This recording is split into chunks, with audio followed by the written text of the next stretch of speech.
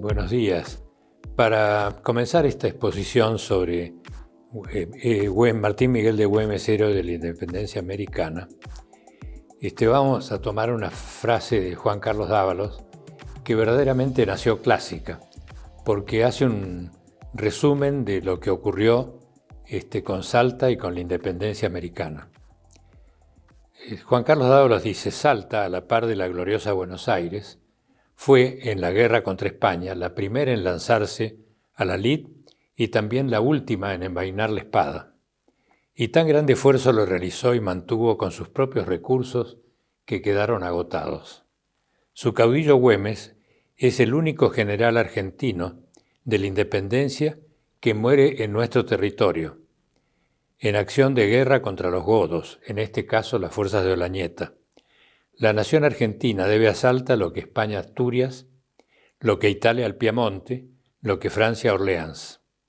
La constitución de una nacionalidad y el principio de la independencia. Esta frase, como les dije, es un resumen de lo que ocurrió. Ahora vamos a ver por qué. Cuando el 25 de mayo de 1810 se crea el primer gobierno patrio y en realidad se comienza a desarrollar el proceso revolucionario, porque no fue una revolución instantánea como fue el caso de la Revolución Francesa, sino un proceso largo. La primera cosa que hizo la primera Junta de Gobierno, es enviar emisarios a todas las intendencias que integraban el enorme espacio del virreinato del Río de la Plata, para que cada una de las ciudades cabeceras y de las ciudades sufragañas que integraban este territorio se pronunciaran en favor del gobierno recién surgido, que lo emergió por el hecho de que en realidad el virreinato quedó acéfalo por el hecho de las invasiones francesas a España y la captura del rey español por Napoleón Bonaparte. Estos emisarios salieron a las distintas intendencias que componían el virreinato, que era una creación bastante reciente del rey español, porque databa de 1776, y se había creado por la presión que ejercían los bandeirantes brasileños sobre las fronteras trazadas por el Tratado de Tordesillas, y para hacer una estructura fuerte que le permitiera rechazar esas invasiones y mantener la paz dentro de ese territorio. El territorio del virreinato, como les dije, era un espacio enorme, porque está integrado por lo que actualmente es la Argentina, más la banda oriental, que era bastante más grande de lo que ahora es el territorio uruguayo, más Paraguay, y también abarcaba las 4 intendencias del Alto Perú, donde va a ser el teatro de las operaciones bélicas que vamos a analizar brevemente. Desde el principio, Salta fue la primera intendencia, que se llamaba Salta del Tucumán, y abarcaba lo que las provincias que ahora son Salta, Jujuy, Tarija, que ahora es una porción del territorio de Bolivia, Tucumán, Catamarca, Santiago del Estero, y si mal no recuerdo era todo ese enorme espacio. Salta se pronuncia a favor de la revolución y es la primera intendencia que lo hace. Este gran espacio se pronuncia a favor de la revolución.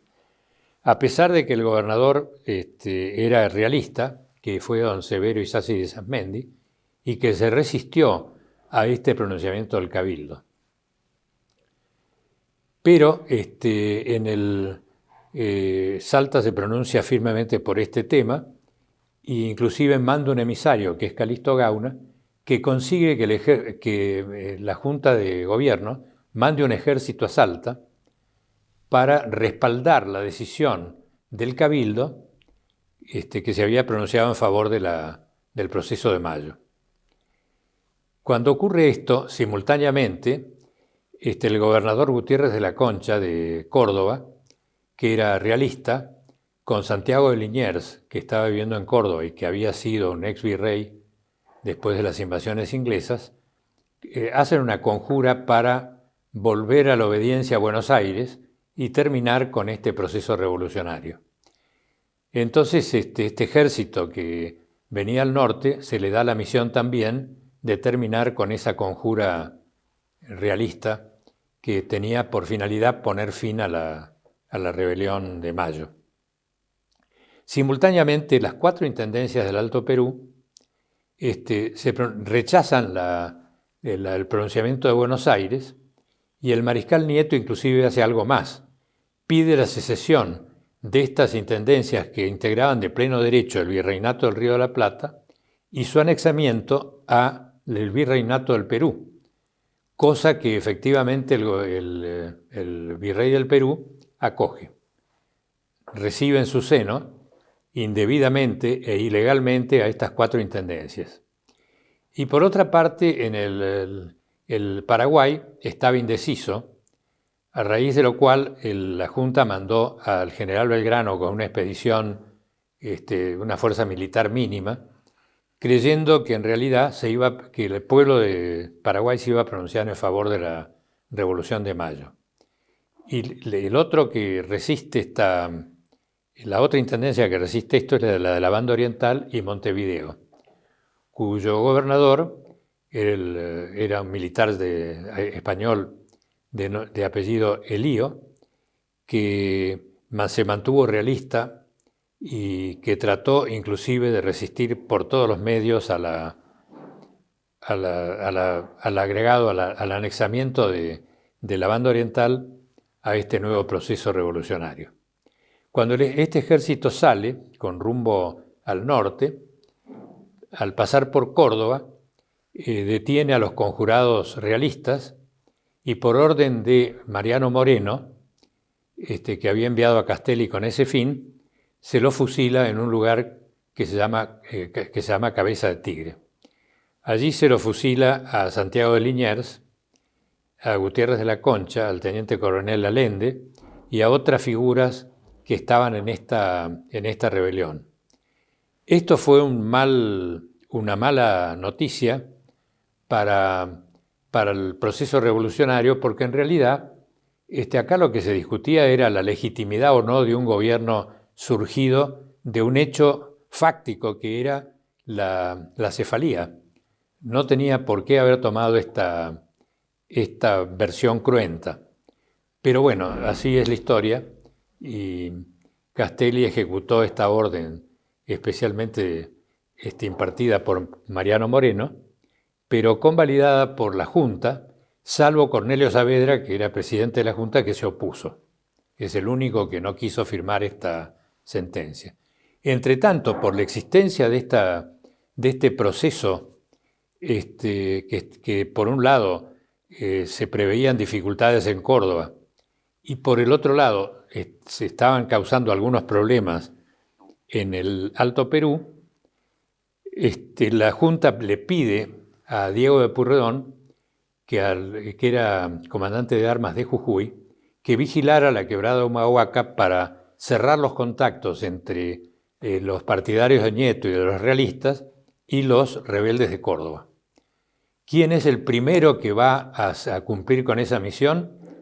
El capitán Güemes, mejor dicho, entonces el teniente Güemes. Cuando Chiclana llega, ¿no es cierto?, a Salta, el nuevo gobernador que va a reemplazar a Isasmendi, y se hace cargo, recibe a su vez un oficio de Diego Pueyrredón encomendándole que pidiera un ascenso para Güemes por su diligencia, porque no solo había cuidado extremadamente el tema de la quebrada, sino también había apoyado y ayudado a los tarijeños a armarse y había desplegado una gran actividad militar. Chiclana, que tenía una relación muy cercana con los gobernantes de ese momento, pide ese ascenso para Güemes, diciendo que es un oficial, así dice el parte exactamente, es un oficial infatigable y que el ascenso hay que dárselo para estimularlo para que encare nuevas y más ambiciosas aventuras y nuevos emprendimientos. Efectivamente se lo asciende a Güemes, a capitán. Entre tanto, se espera que exista el primer encuentro entre las tropas del Alto Perú y las fuerzas de la patria que estaban ya llegando al punto de conflicto que va a ser Suipacha, que es la primera batalla que se da en lo que era el territorio del virreinato, entre realistas y patriotas. Esta batalla tiene lugar el 7 de noviembre de 1810 y la participación de Güemes es crucial.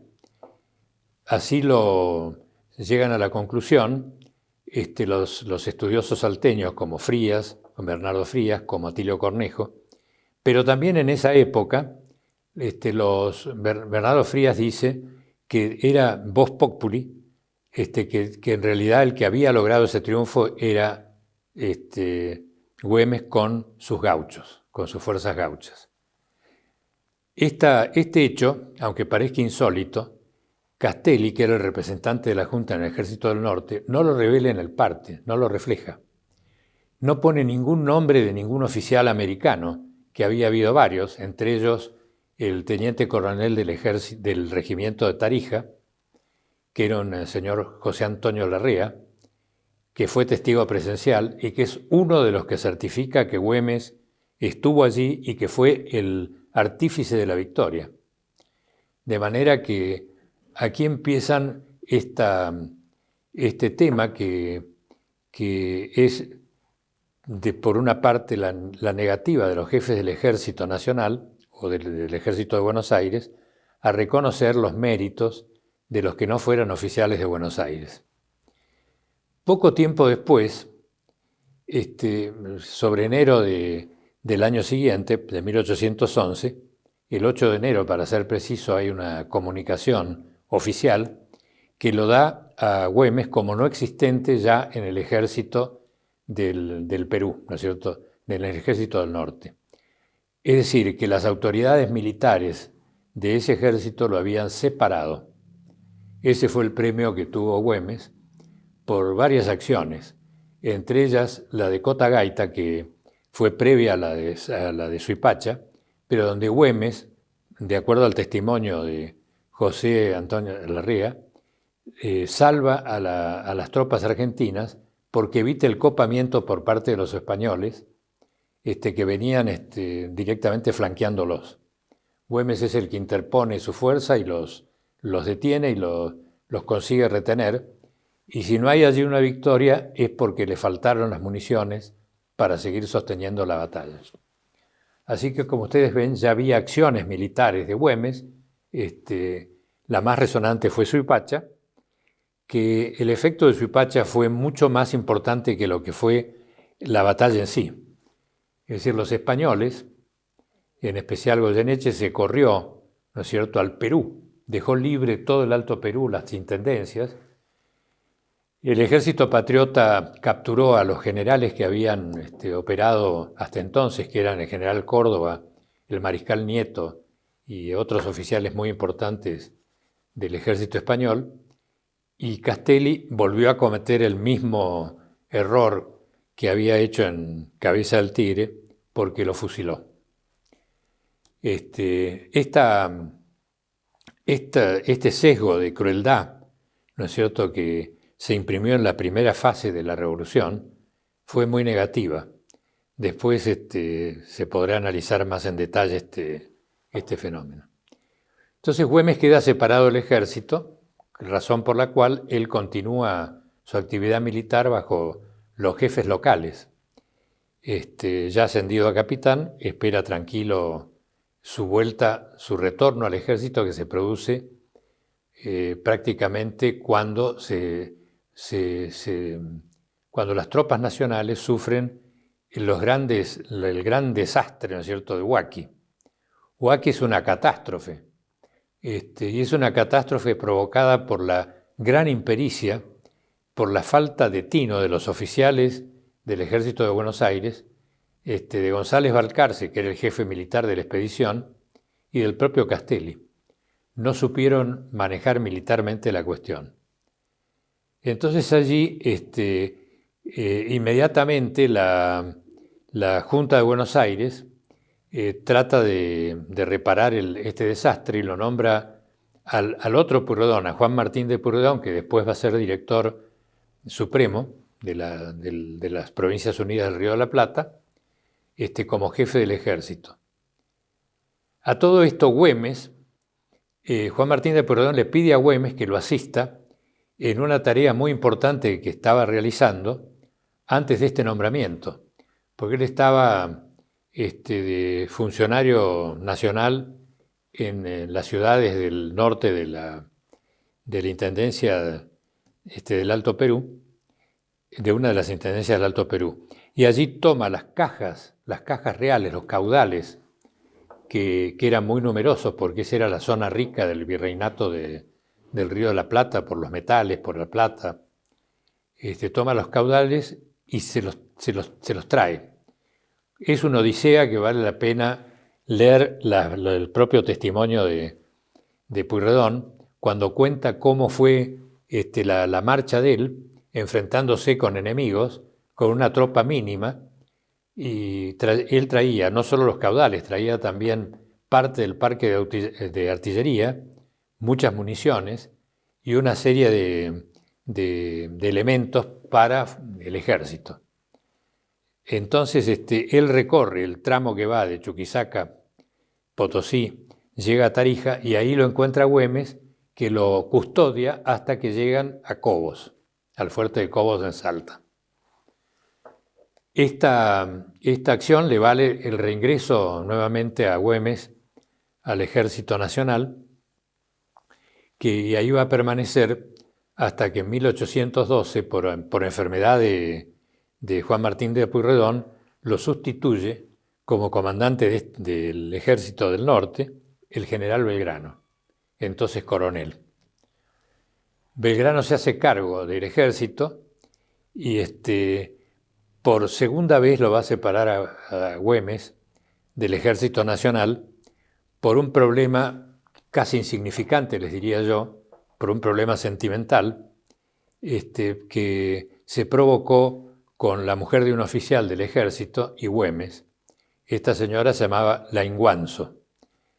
Por este tema, estando Güemes en Santiago del Estero, destinado para reclutar tropas y ver las provisiones del ejército, Belgrano le ordena directamente que vaya a Buenos Aires sin escucharlo, sin darle lugar a que se defienda, castigado, y allí es que Güemes parte al Estado Mayor del Ejército Nacional, pero en Buenos Aires. Este castigo, que fue debido al extremado pundonor de Belgrano en estos temas, en los temas que tienen que ver con la moral privada de sus oficiales, sin embargo fue un hecho providencial, porque lo puso en contacto a Güemes con San Martín, que estaba en el Estado Mayor. Allí se conocieron y San Martín pudo apreciar el gran potencial militar y el conocimiento profundo que tenía Güemes del Teatro de Operaciones del Norte. Tan es así que cuando posteriormente Belgrano, que hizo una brillante campaña en Tucumán y Salta, en las batallas de Tucumán y Salta, ¿no es cierto? Es decir, 24 de septiembre de 1812, victoria de Tucumán, y 20 de febrero de 1813, la de Salta. Estas brillantes victorias las obtuvo en general gracias al concurso de muchos oficiales que eran de la zona. Por ejemplo, el coronel José Moldes estuvo en la batalla de Tucumán y fue uno de los asesores de Belgrano. Por ejemplo, Apolinario Figueroa, que era cuñado de Güemes. Y así las cosas, cuñado de una hermana de Güemes, que era doña Francisca Güemes de Figueroa.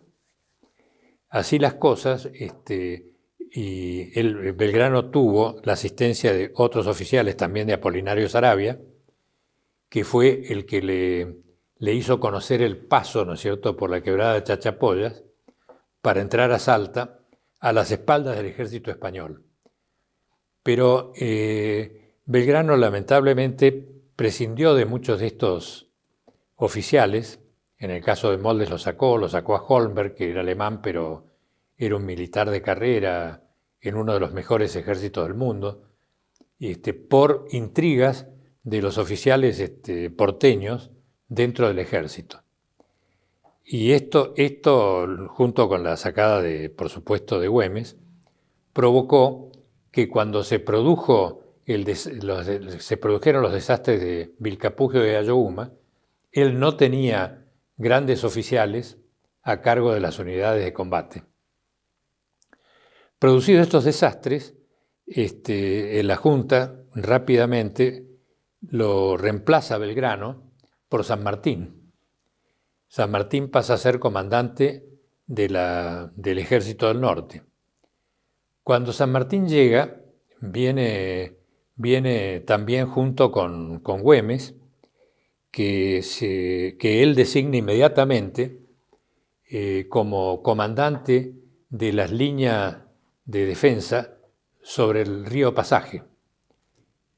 Lo nombra allí y pide que se le reconozca el grado de teniente coronel que le correspondía y que le había tenido ese trato desde que Pueyrredón fue jefe del ejército. Entonces Güemes lo consigue, es nombrado teniente coronel efectivo, y pasa inmediatamente, el día que lo nombra San Martín a cargo de las avanzadas sobre el río Pasaje, él se va a hacerse cargo de su misión y empieza a combatir con éxito y inicia, esto ya se produce en 1814, la Guerra Gaucha. Ahí se inicia este proceso. Él, como oficial del ejército del norte, comandante de las avanzadas sobre el río Pasaje. En realidad había dos líneas de defensa, estaba esta y otra línea que estaba a cargo de Apolinario Saravia. Y las dos líneas de defensa en ese momento estaban bajo el mando del coronel Dorrego. O sea que Güemes tenía una parte de la defensa norte del ejército. Allí se va a producir una serie de combates donde Güemes no ve a la línea sobre el río del Pasaje como una línea defensiva estática, sino que le imprime un enérgico dinamismo. Sale a combatir al enemigo donde este se encuentre. Y allí es que se va a producir una batalla muy importante, que es el Tuscal de Velarde, que ocurre el 29 de marzo de 1814. ¿Qué fue el Tuscal de Velarde?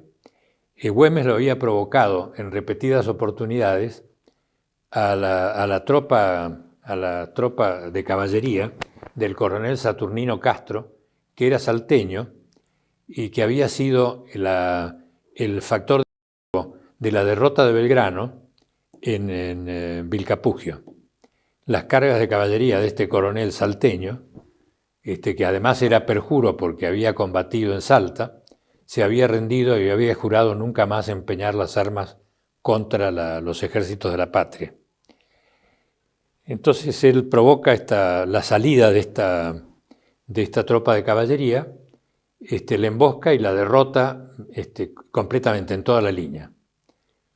Así que esto supone que empieza ya la derrota definitiva de esta invasión realista, que empieza a retirarse hacia Jujuy, perseguida por Güemes.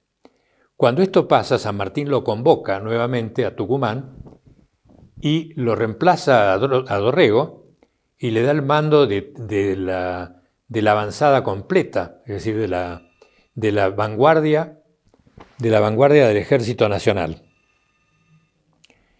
Y además recomienda un ascenso extraordinario para Güemes.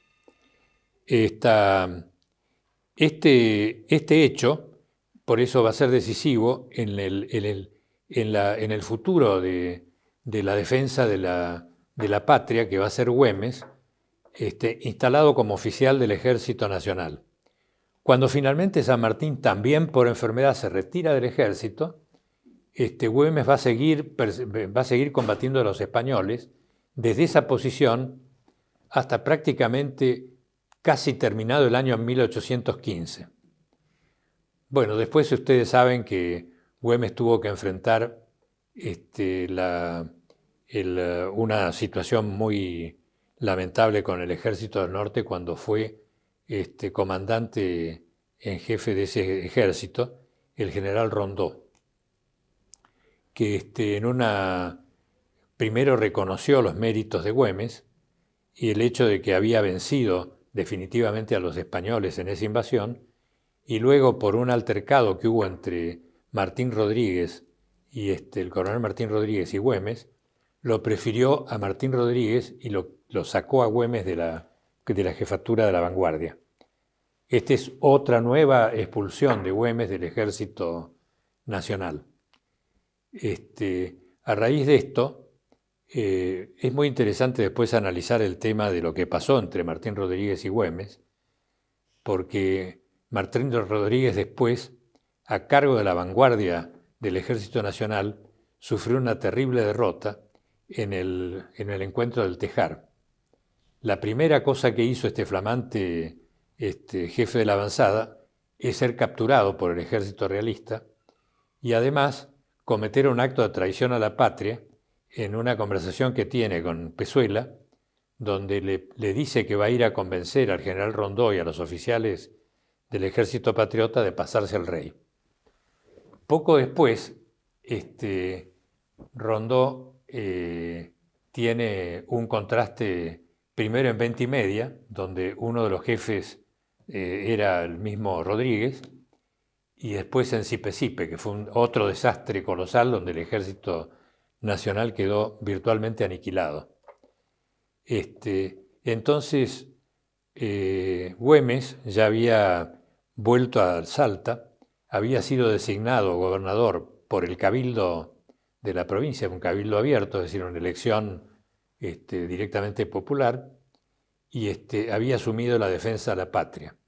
En ese momento, Güemes había tomado 500 fusiles inservibles del Ejército Nacional, provistos por las provincias de Tucumán, Salta y Jujuy, es decir, por la Intendencia de Salta del Tucumán, para hacerlos arreglar para poder defender a Salta frente a la derrota que estaba seguro que iba a ocurrir con el Ejército Nacional. Entonces Rondó decide recuperar los fusiles y atacarlo a Güemes, sacarlo del cargo de gobernador y desarmar a los gauchos. Este fue un encuentro que Güemes manejó con una prudencia infinita y además con gran inteligencia, porque no quiso derramar sangre argentina, y entonces lo que hizo fue retirarse, pero impidiendo al ejército de Rondó que se abasteciera. Tras lo cual, Rondó no tuvo más remedio que firmar el Pacto de los Cerrillos, cosa que hizo el 22 de marzo de 1816.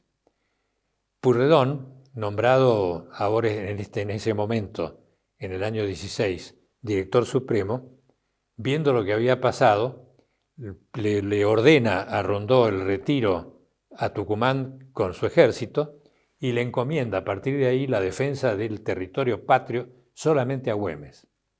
En 1817, prácticamente para adelante, hasta que muere Güemes, el único defensor que tiene toda la zona del norte argentino y del Alto Perú es Güemes. Para terminar, vamos a destacar que San Martín, que lo había conocido bien, lo había tratado y conocía el temple y el heroísmo de Güemes, decide nombrarlo general en jefe del Ejército de Observación sobre el Perú, esto en 1820.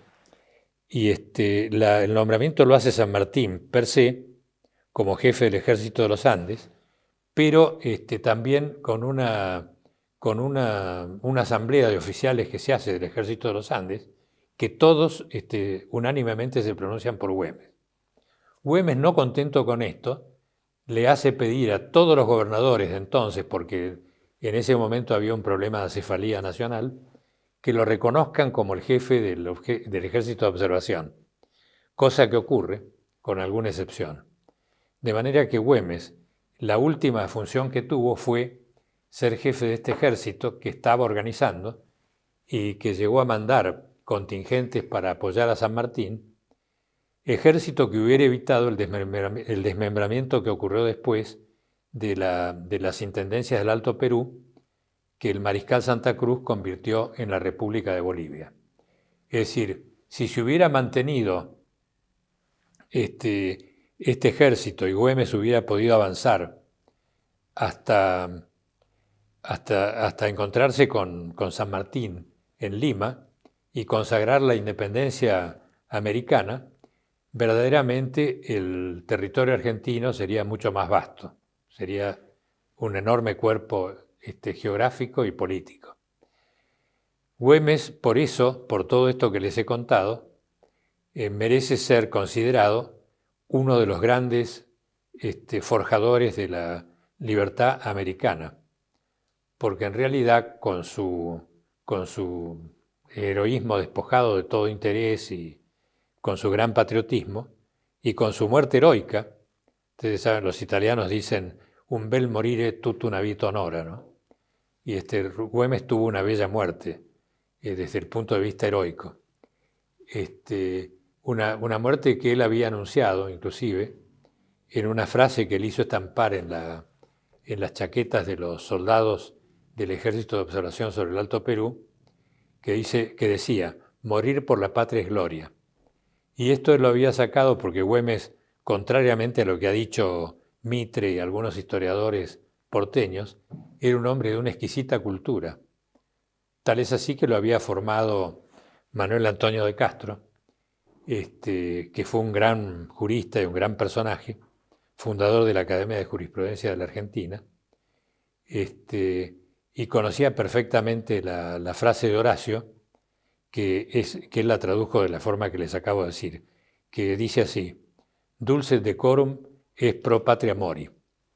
Es lo mismo que Güemes hizo estampar sobre el uniforme de sus tropas. Así que tuvo la muerte que él mismo quiso. Murió por la patria, por la causa de la patria.